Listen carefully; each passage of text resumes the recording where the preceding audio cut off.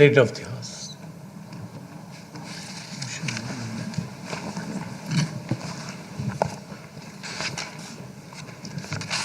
అధ్యక్ష,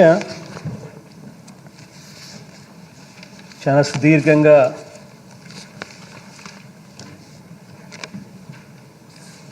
రాజా చాలా సుదీర్ఘంగా వివరణ ఇచ్చాడు. ఎటువంటి పరిస్థితుల్లో 3 రాజధానుల నిర్ణయం వచ్చింది, ఎలాంటి పరిస్థితుల్లో ఆ నిర్ణయాలు తీసుకోవడం జరిగింది అని హిస్టరీ అంతా కూడా బాగా సుదీర్ఘంగా చెప్పాడు. 1953 నుంచి 1956 దాకా ఆంధ్ర రాష్ట్రానికి రాజధానిగా కర్నూలు ఉండేది. ఆ రోజుల్లో గుంటూరులో హైకోర్టు ఉండేది. ఆ తర్వాత 1956లో 1956లో కర్నూలు నుంచి రాజధాని కానీ గుంటూరు నుంచి హైకోర్టు కానీ రెండూ కూడా హైదరాబాద్కు ఏ రకంగా తీసుకొని పోవడం జరిగింది. తీసుకొని పోయేటప్పుడు ఈ మాదిరిగా జరిగింది కాబట్టి అక్కడ ప్రజలకు వాళ్ళ ఆకాంక్షలను పరిగణలోకి తీసుకొని శ్రీబాగ్ ఒడంబడిక శ్రీబాగ్ ఒప్పందాలు అవన్నీ కూడా చేసి రకరకాలుగా ఆ రోజుల్లో రాయలసీమకు న్యాయం చేస్తామని కూడా ఏ రకంగా చెప్పడం జరిగింది. ఇవన్నీ కూడా చాలా సుదీర్ఘంగా జరిగిన తన ప్రస్తావనలో రాజా వివరించడం కూడా జరిగింది. ఆ తర్వాత కూడా ఇక్కడ ఈ ప్రాంతంలో రాజధాని పెట్టడానికి గత ప్రభుత్వం చంద్రబాబు నాయుడు గారి హయాంలో నిర్ణయం తీసుకోవడం, ఆ నిర్ణయం అప్పట్లో కాంట్రవర్షియల్ అని తెలుసు. అప్పట్లో అన్ని రకాలుగా అన్ని శ్రీకృష్ణ కమిటీ నివేదికను ఉల్లంఘించి చేసింది అని కూడా తెలుసు. అయినా కూడా తానిక్కడ 50,000 ఎకరాల్లో రాజధాని నిర్మించాలని చెప్పి గత ప్రభుత్వంలో చంద్రబాబు నాయుడు గారు అప్పట్లో నిర్ణయం తీసుకోవడం జరిగింది. అధ్యక్ష, నిర్ణయం తీసుకోవడం వల్ల ఈ రోజుకి కూడా నేను చెప్తా ఉన్నా అధ్యక్ష, ఈ ప్రాంతం అంటే నా ఇల్లు ఇక్కడే ఉంది. ఈ ప్రాంతం అంటే నాకు ఎటువంటి వ్యతిరేకత లేదు. నా ఇల్లు ఇక్కడే ఉంది. ఇన్ఫ్యాక్ట్ ఈ ప్రాంతం అంటే నాకు ప్రేమ కూడా. కానీ ఒక్కటి ఆలోచన చేయాలి అధ్యక్ష, ఇక్కడ ఈ ప్రాంతంలో నీదర్ ఇస్ దిస్ ప్రాంతం అటు విజయవాడ కాదు, అటు గుంటూరు కాదు. ఇక్కడ నుంచి గుంటూరు చూసుకున్న 40 కిలోమీటర్లు, విజయవాడ చూసుకున్న దాదాపుగా మరో 40 కిలోమీటర్లు.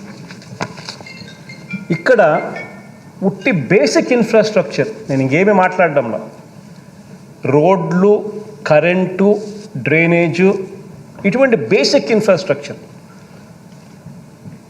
ఎస్టాబ్లిష్ చేయడానికి మాత్రమే అయ్యే ఖర్చు వీళ్ళ లెక్కల ప్రకారమే, గత ప్రభుత్వపు లెక్కల ప్రకారమే ఎకరాకు 2 కోట్ల రూపాయలు అని చెప్పి లెక్కేశారు. 50,000 ఎకరాలు ఇంటూ 2 కోట్లు అంటే 1,00,000 కోట్ల రూపాయలు అని చెప్పి లెక్కేశారు అధ్యక్ష.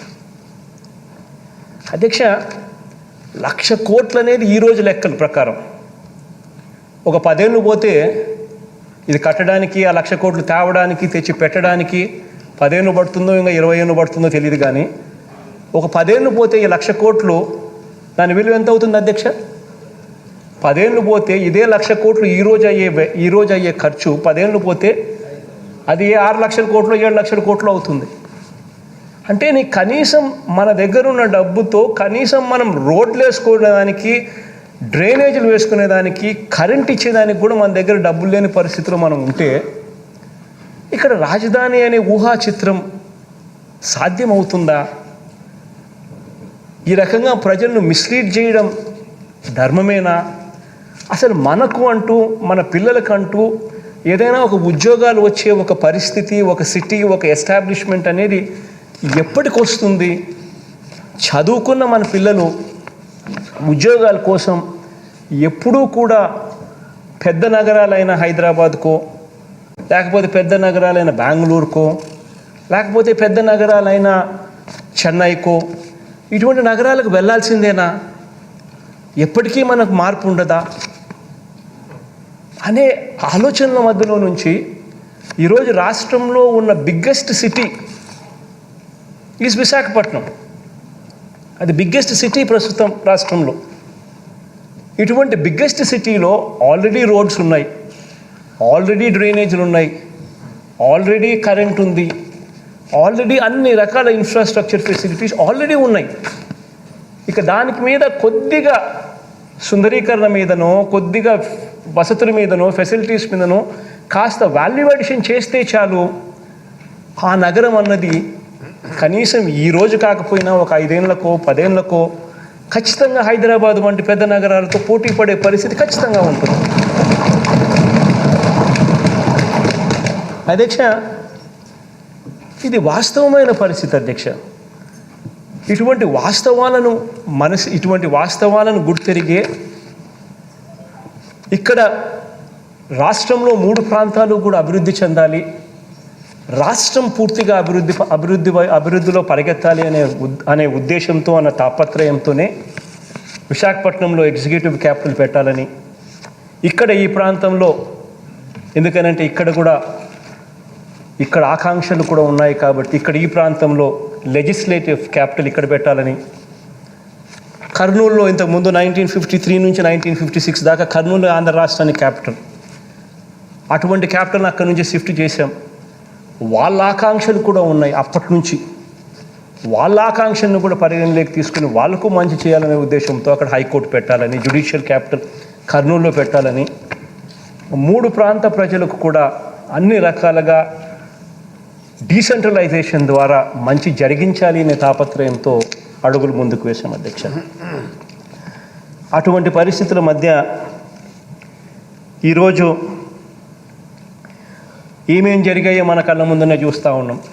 ఈ దాదాపుగా ఈ 1.5 సంవత్సరం 2 సంవత్సరాలుగా ఈ ఆలోచన మనం చేసినప్పటి రోజు నుంచి చూస్తే ఈ 2 సంవత్సరాలు 1.5 సంవత్సర కాలంలో రకరకాలుగా దీన్ని వక్రీకరిస్తూ, రకరకాలుగా దీన్ని ట్విస్ట్ చేస్తూ, రకరకాలుగా అపోహలు క్రియేట్ చేస్తూ, రకరకాలుగా న్యాయపరమైన చిక్కులు క్రియేట్ చేస్తూ రకరకాలుగా దీనిని తీసుకొని పోతా ఉన్నారు అధ్యక్ష. ఇటువంటి నేపథ్యంలో అధ్యక్ష ఈ ప్రకటన నేను చేయాల్సి వస్తూ ఉంది అధ్యక్ష. రాజధానుల వికేంద్రీకరణ బిల్లు ఆమోదం పొందిన వెంటనే 3 ప్రాంతాలకు న్యాయం చేసేలా 3 రాజధానుల ప్రక్రియ ప్రారంభమై ఉంటే ఈరోజు దాని నుంచి మంచి ఫలితాలు ఈపాటికే అందుబాటులోకి వచ్చి ఉండేవి. నాటి శ్రీబాగ్ ఒడంబడిక స్ఫూర్తితో వెనుకబడ్డ ఉత్తరాంధ్ర సహా అన్ని ప్రాంతాలు కూడా సమాన అభివృద్ధి చెందాలన్న ఆకాంక్షతో వికేంద్రీకరణ బిల్లుని ప్రవేశపెట్టడం జరిగింది. గతంలో కేంద్రీకరణ ధోరణులు ఒకచోటే పూర్తిగా కేంద్రీకరణ అయిన పరిస్థితుల మధ్య కేంద్రీకరణ ధోరణులు ప్రజలు ఎంతగా వ్యతిరేకించారో 2019 సార్వత్రిక ఎన్నికల్లో ప్రజలిచ్చిన తీర్పు ద్వారా ప్రస్ఫుటంగా వ్యక్తమైంది. మరోసారి హైదరాబాద్ లాంటి ఒక సూపర్ క్యాపిటల్ మోడల్ వద్దని, అటువంటి చారిత్రక తప్పిదాన్ని ప్రభుత్వం పాల్పడరాదని ప్రజల తీర్పు స్పష్టం చేసింది. కాబట్టే వికేంద్రీకరణ సరైన విధానం అన్నది బలంగా నమ్మి అడుగులు ముందుకు వేశాం. అధ్యక్ష, అన్ని ప్రాంతాలు, అన్ని కులాలు, అన్ని మతాలు, వీరందరి ఆశలు, ఆకాంక్షలు ప్రభుత్వం పరిగణనలోకి తీసుకుంది కాబట్టే, వాటిని ఆవిష్కరించింది కాబట్టే మన ప్రభుత్వాన్ని గడిచిన ఈ 2.5 సంవత్సర కాలంలో జరిగిన ఏ ఎన్నికలను తీసుకున్నా కూడా ప్రజలు మనసారా దీవిస్తూ వచ్చారు ఈ ప్రభుత్వాన్ని.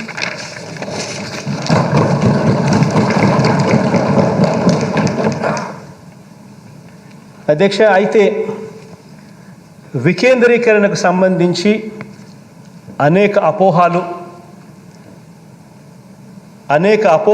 అనేక అనుమానాలు, అనేక కోర్టు కేసులు, న్యాయపరమైన వివాదాలు, దుష్ప్రచారాలు, ఇలా ఈ 2 ఏళ్ల కాలంలో వీటినే ప్రచారాలు చేశారు అధ్యక్ష. అందరికీ న్యాయం చేయాలన్న ప్రభుత్వ సదుద్దేశాన్ని పక్కన పెట్టి కొందరికి అన్యాయం జరుగుతుందన్న వాదనను కూడా కొంతమంది ముందుకు తోయడం కూడా మనం అంతా కూడా మన కళ్ళతో చూసాం. అధ్యక్ష, ఇటువంటి బ్యాక్గ్రౌండ్లో, ఈ నేపథ్యంలో వికేంద్రీకరణ అవసరాన్ని, 3 రాజధానులకు సంబంధించిన బిల్లులోని ప్రభుత్వ సదుద్దేశాన్ని విపులంగా వివరించేందుకు, చట్టపరంగా కానీ న్యాయపరంగా కానీ అన్ని సమాధానాలను బిల్లులోనే పొందుపరిచేందుకు, బిల్లుల్ని మరింత మెరుగుపరిచేందుకు, అన్ని ప్రాంతాలకు అందరికీ విస్తృతంగా వివరించేందుకు, ఇంకా ఏమైనా మార్పులు అవసరమైతే వాటిని కూడా పొందుపరిచేందుకు ఇంతకు ముందు ప్రవేశపెట్టిన బిల్లును ప్రభుత్వం వెనక్కి తీసుకొని ఇంతకు ముందు చెప్పిన అన్ని అంశాలను పరిగణలోకి తీసుకొని మళ్ళీ పూర్తి సమగ్రమైన మెరుగైన బిల్లుతో సభ ముందుకు వస్తుంది.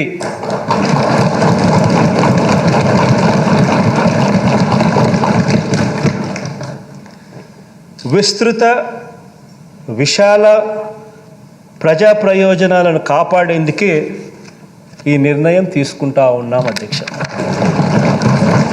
Thank you.